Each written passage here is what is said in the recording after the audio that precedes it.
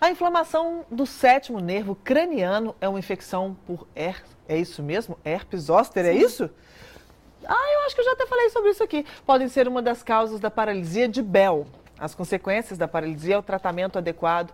E o tratamento adequado nós vamos conhecer agora conversando com a fonoaudióloga estética Valesca Rezende. Mas antes da gente falar dessa, como é que chama? Síndrome de Bell? Paralisia de Bell. Valesca estava com a gente aqui durante todo o programa, me viu até tomando café. Meu Deus do céu. Nessa hora não pode tomar café, porque, né, afeta a voz, não né? Não é momento, né? Tá bom, desculpa, vamos na água, melhor. Mas você acompanhou todo o programa hoje, Acompanhei, né? E adorei. Eu não sou belo-horizontina, mas me considero uma belo-horizontina porque eu desfruto de todos esses eventos de Belo Horizonte. Então, quando falou da gastronomia, achei muito interessante, não só de Belo Horizonte, mas de Minas no todo. Festival de Gastronomia em Tiradentes é uma coisa agendada já há muito tempo, exatamente para eu comparecer, porque eu adoro. Fui ano passado, ano retrasado, há uns 5 anos eu vou, todos os anos, e este ano irei de novo. E aqui em Belo Horizonte, realmente o que ela disse, ela falou do mercado central, a gente conhece outros mercados, mas talvez não tenha aquele acolhimento, aquela intimidade como a gente tem com o mercado central, né, Angélica? Deu pra gente se deliciar, né? E você falou comigo no intervalo da gastronomia na praça, que foi um evento que aconteceu aqui e que você esteve Foi muito bom, foi muito bom. Extremamente organizado, um evento barato, porque imagina, trocar por 2 quilos de alimento não perecíveis, o ingresso, e super organizados, pratos maravilhosos, melhores restaurantes de Belo Horizonte se instalaram na gastronomia na praça. E o dia que eu fui, eu fui no show do Thiago Bravanel, que foi um showzaço, foi muito legal. Então, um evento que todos os anos vale a pena as pessoas acompanharem. Isso é legal, isso é muito bacana da gente falar, porque os nossos espaços coletivos estão sendo muito bem utilizados. Sim, bastante. Né? Isso é muito bom e a gente tem mais é que usá-los mesmo. Com certeza. Muito bem, mas agora eu estou até lembrando. Falei, poxa, eu não fui nesse evento, mas é porque tinha que trocar ingresso no mercado central, inclusive, tinha que ir lá. Exato. Mas com antecedência. Com antecedência, exato. Foi por isso que eu não fui. Tudo que é com antecedência, as pessoas têm dificuldade. Quem mandou ser brasileira e não fazer nada com antecedência, né? É isso que dá. Bom, mas agora nós vamos falar de paralisia de Bell. Sim. Que é uma coisa que eu nunca ouvi falar. O que é isso? A paralisia de Bell é um tipo de paralisia facial e o tema foi escolhido agora, final de junho, exatamente porque a maior demanda, os maiores sintomas acontecem exatamente agora no inverno. Paralisia de Bell, teoricamente, é uma paralisia mais simples, mas porque em alguns casos nem precisa de um tratamento, ela pode voltar naturalmente em torno de 7, 10 dias. Mas a gente só sabe se é paralisia de Bell realmente depois que volta, sem tratamento. Então, impossível e muito preocupante aguardar este retorno da musculatura. E angustiante, claro, né? Claro. Até entender o que é aquilo. Portanto, primeira coisa, a gente encaminha para um médico, ou otorrino, ou um neurologista, que são os profissionais que fazem diagnósticos assertivos em termos de paralisia de Bell. E a partir desse diagnóstico, sim, é tratado. Tem alguns exames complementares, como ressonância magnética, tomografia, às vezes até uma eletromiografia, não sei se você tem conhecimento, se as pessoas de casa têm, que é um exame para observar o movimento e função muscular. Sim. Coloca umas agulhas, muito desconfortável, inclusive, o exame, mas em alguns casos a gente tem essa necessidade, sim. Mas o que acontece? Como é que aparece essa paralisia? Então, geralmente são sintomas mais lentos, às vezes demora de 3 a 4 dias. Isso que é muito importante a gente falar, Angélica, porque como são sintomas mais lentos, as pessoas elas vão observando e elas não buscam ajuda. Mas se buscar ajuda com antecedência, precocemente, isso ajuda? Consegue, sim, exato. Consegue inibir, sim, a evolução. Porque é tratado com corticoides, é tratado com colírios, alguns casos com anti-inflamatórios. Então, consegue inibir e bloquear essa evolução da paralisia. Mas o que é que acontece? Como é que a gente descobre? Como é que a gente pode imaginar que pode estar tendo... Sim, são sintomas muito comuns, às vezes, e, portanto, as pessoas, elas ignoram. Às vezes, parte de uma dor de cabeça, uma dor de ouvido, ou mesmo uma sensação de dor de ouvido. Geralmente, atrás do ouvido, região da mastoide, que a gente chama, onde insere o nervo facial.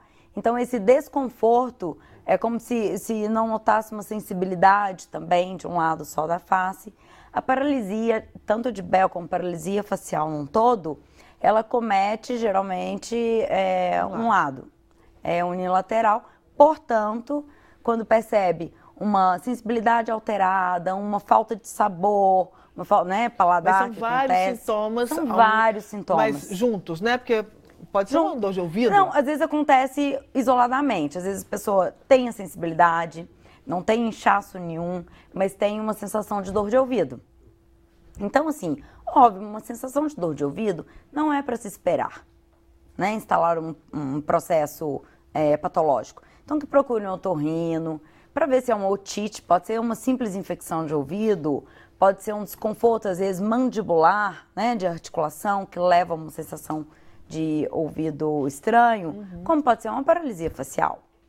Sim. Então, é importante qualquer sintoma associado à paralisia, por exemplo, que procure logo um profissional para tratar. Mas e aí, quando isso evolui? O que acontece? Paralisia mesmo, a pessoa fica torta? Sim, exatamente. A gente tem até algumas fotos de alterações aí. Onde estão as fotos? Sim. Aí um exemplo, olha só, dificuldade em fechar um olho. A foto do meio mostra isso precisamente. A primeira foto ainda consegue fechar, mas a segunda, o olho abre. Quando força muito um lado responde bem, o outro lado não responde bem.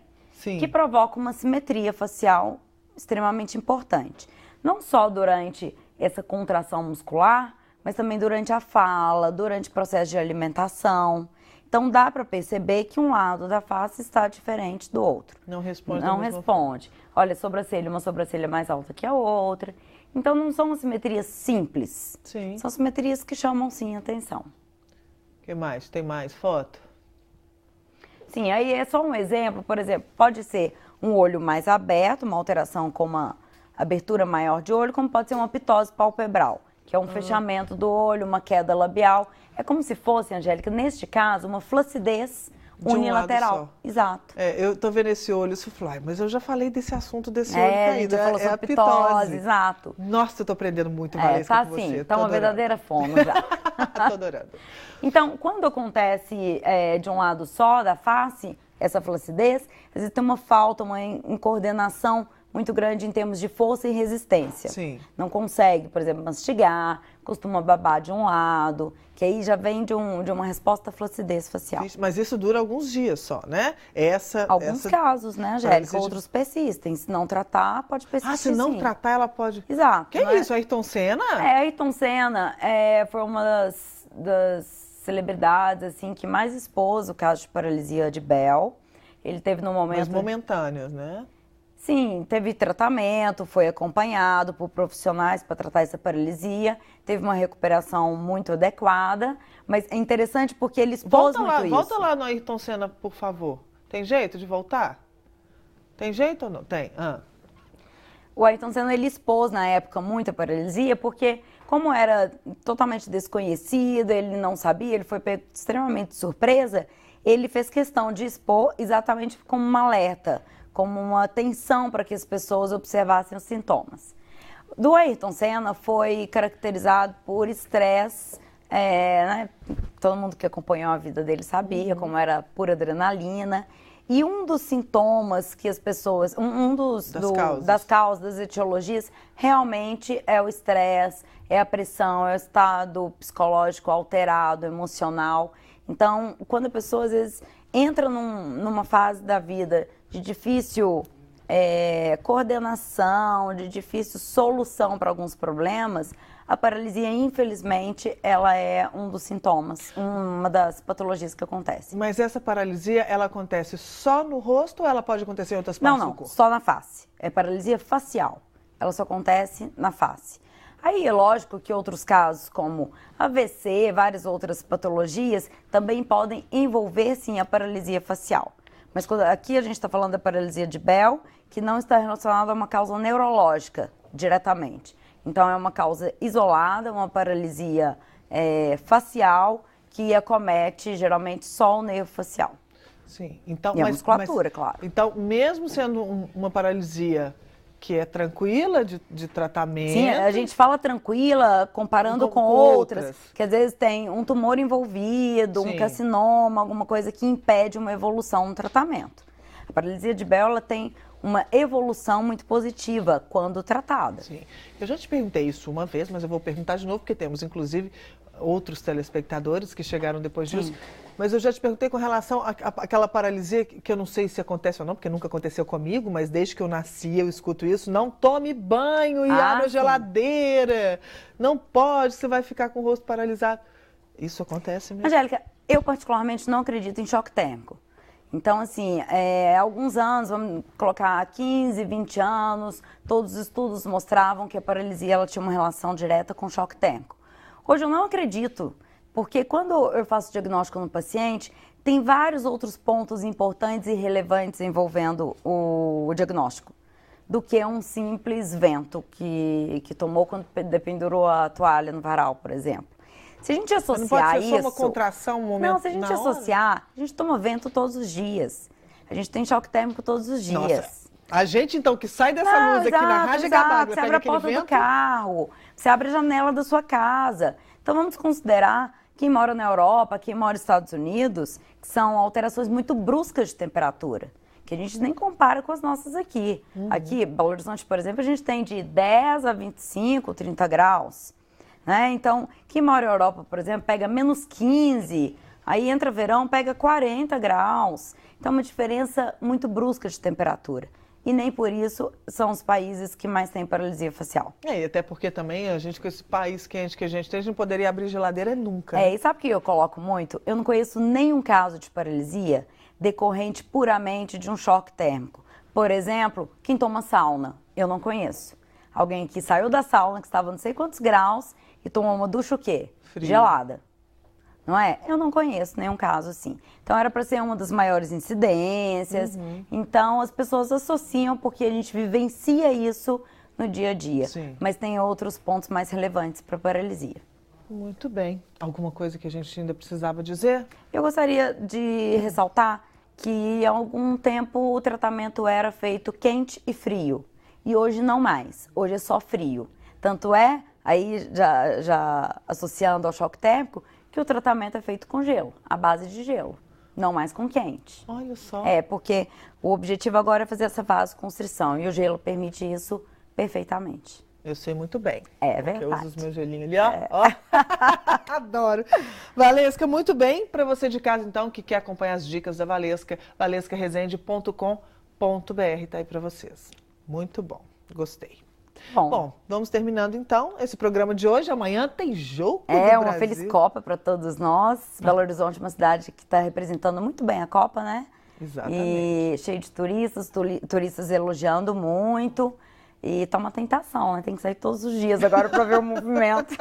Tá uma delícia mesmo. Por isso que você tá de azul hoje, assim? Exatamente. Durante a Copa eu virei com as cores do Brasil. Adoro.